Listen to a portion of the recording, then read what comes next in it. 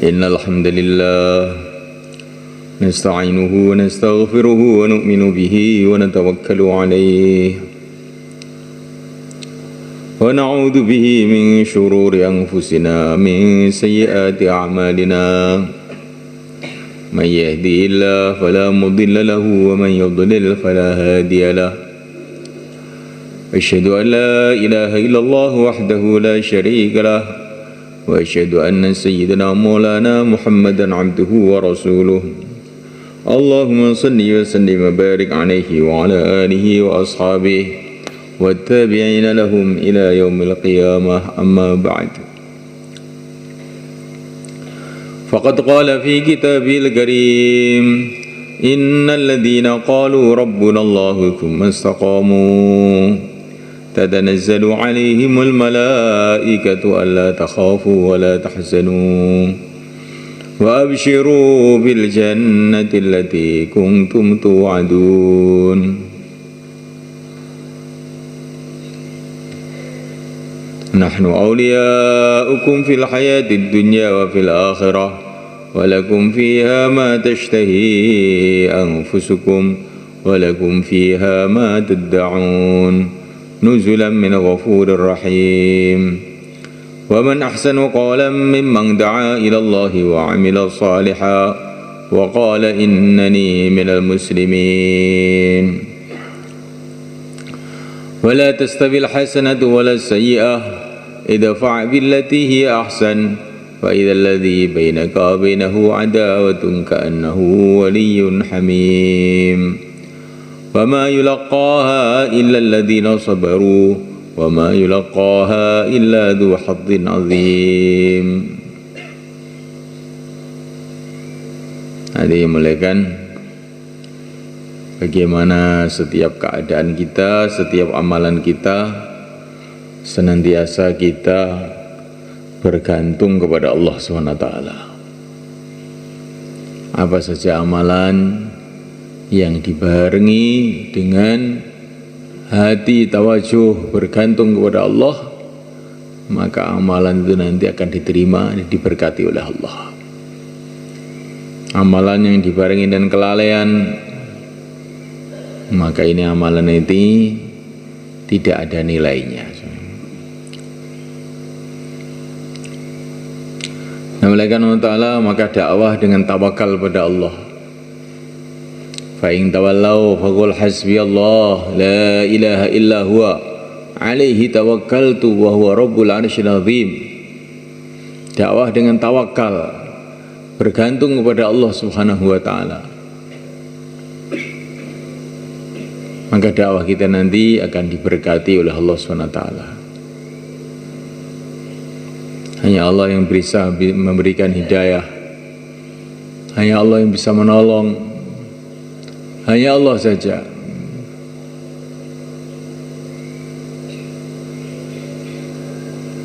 Memuliakan Allah SWT.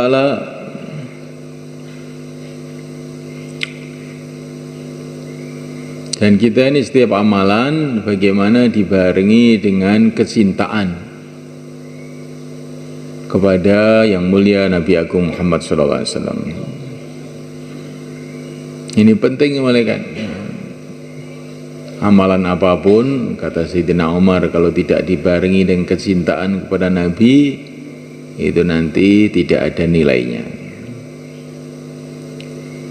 Melainkan Allah Ta'ala, maka para sahabat ini dalam keadaan-keadaan macam-macam itu senantiasa menyebut-nyebut Nabi. Waktu Harbur Riddah, perang besar-besaran pada zaman Sayyidina Abu Bakar, maka umat Islam kelihatannya mulai terdesak. Musuhnya begitu banyak ini menghadapi Musailimah al-Kadzdzab.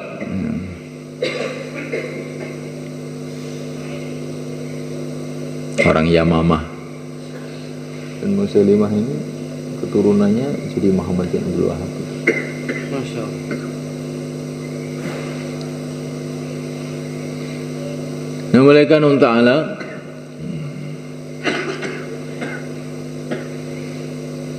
umat Islam terdesak, maka untuk membangkitkan semangat mereka itu, mereka berteriak, wa Muhammadah, wa Muhammadah, teringat Rasulullah, langsung semangat lagi mereka bergerak, dan kemudian dalam waktu yang cepat mereka telah ditolong oleh Allah SWT.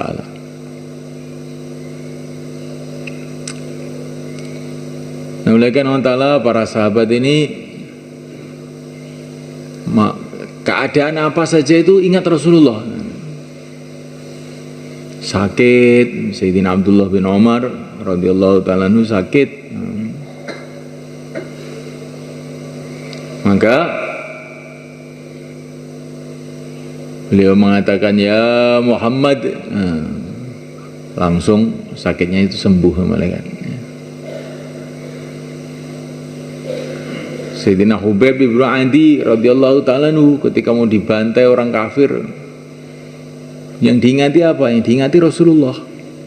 Ya Muhammad. Masya Allah, kecintaan para sahabat kepada Nabi, sudah mau mati masih teringat Nabi.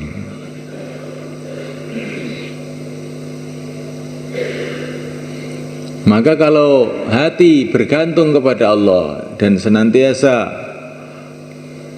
dibarengi dengan kecintaan kepada Rasulullah dalam setiap amal itu, nanti amalan kita ini akan barokah sebenarnya. Insyaallah, mulai kan?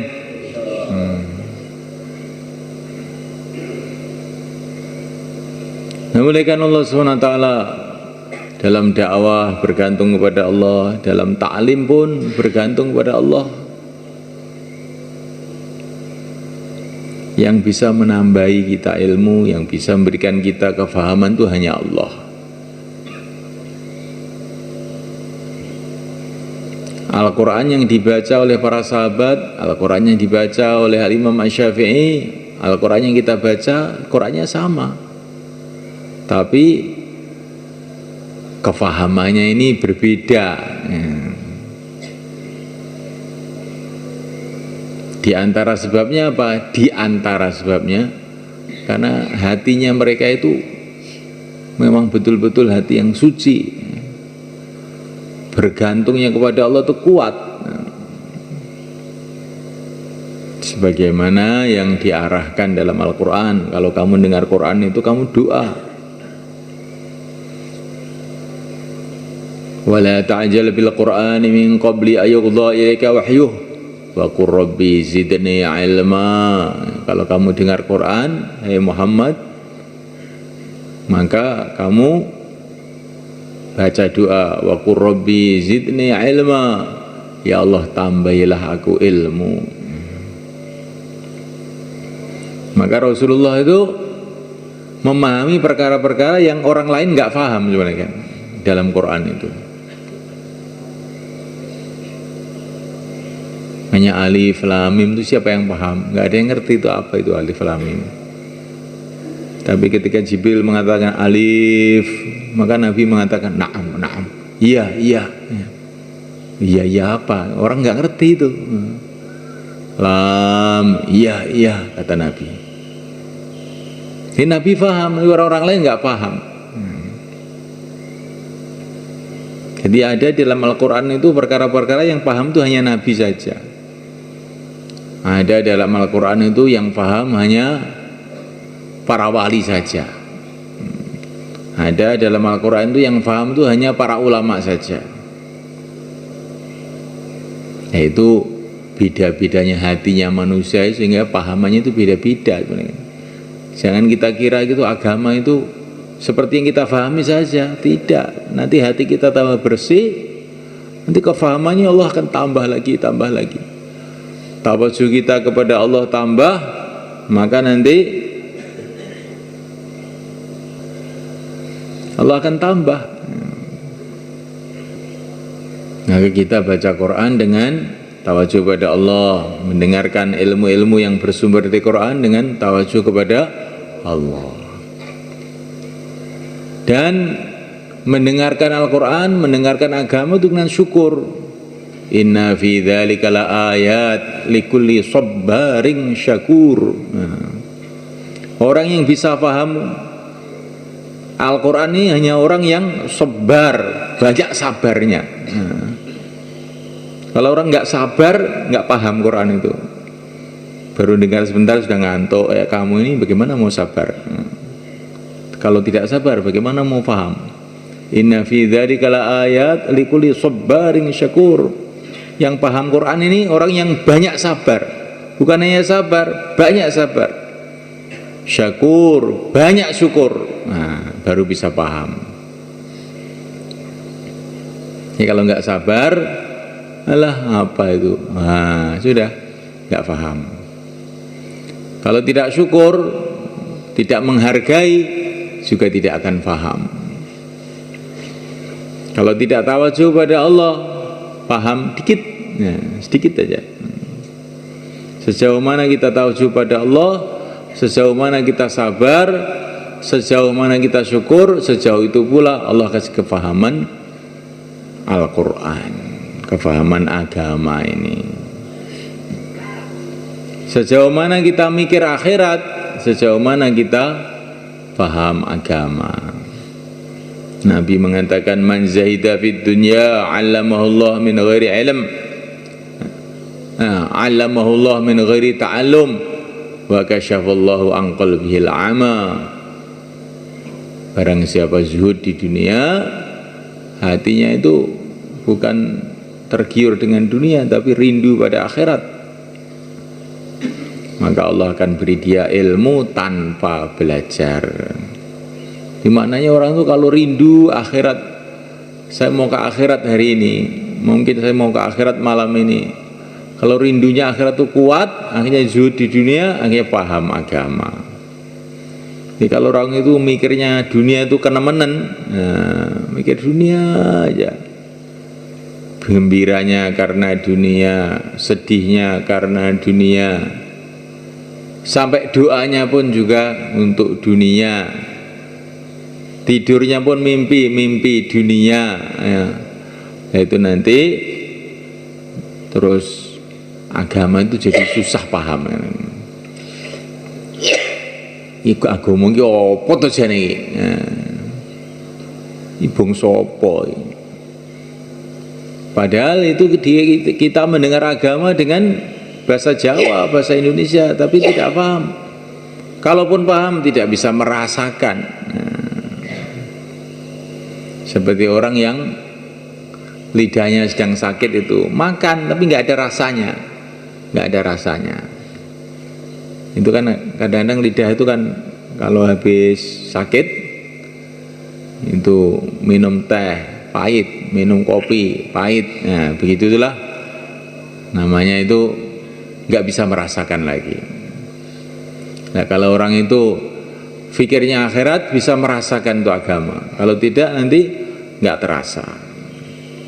Sholat tahu-tahu salam gitu aja, nanti tadi berapa rakaat sudah nggak ingat. Nah, bayan tahu-tahu subhanallah bihamdihi subhanallah, loh tadi bayan apa tau? Nggak tahu. Nah, itu berarti itu nggak ada rasanya. Insyaallah mulai kan?